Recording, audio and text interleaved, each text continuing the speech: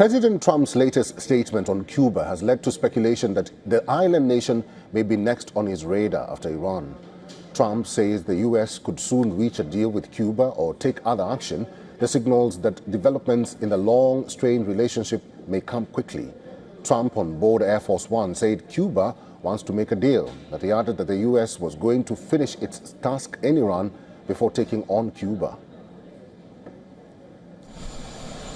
Cuba's a failed nation.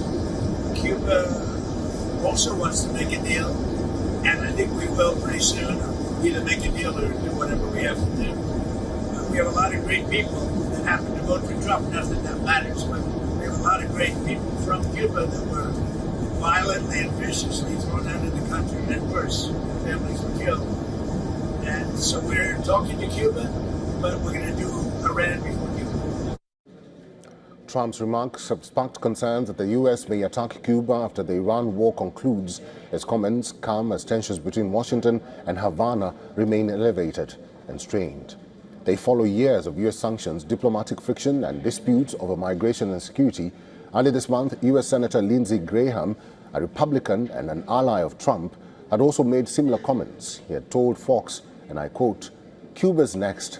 He added that the days of the, quote, communist dictatorship in Cuba are numbered. In January, the U.S. imposed a fuel blockade on Cuba. This was shortly after Cuba's ally and a key provider of oil, Venezuelan President Nicolas Maduro, was abducted in a U.S. military operation. Maduro's abduction and the American fuel blockade have cut Cuba off from Venezuelan oil. Cuba also has a strategic partnership with Iran, which is under U.S. and Israeli attacks since February 28th.